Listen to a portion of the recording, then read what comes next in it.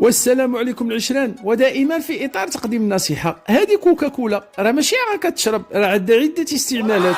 هذاك اسيدي حيد منا داك الشيء اللي كيتجمع في الطواليت حاشاكم، وهذا دار كمبيد حشري. اي سي كتقتل حتى الحشرات، وهذا حيد بها الكركير. يا شتو المقراش كيفاش رجع من داك الشيء الرفيع.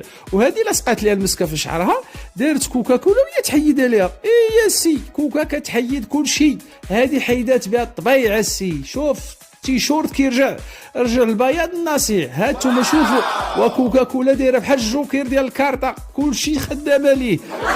هذا دار التجربه هذه. كب سيدي كوكاكولا في هذا المقله وشعل عليها العافيه وخلاها تتبخرات. وانتوما شوفوا واش تجمع معانا. راه تنقول لكم بعدوا من هذا الشيء هذا، وراني باغيها مصلحتكم هذوك السبوع. وبعدوا من هاد كوكاكولا راه ما عارفينهاش ماش مصوبه، وراه تكوني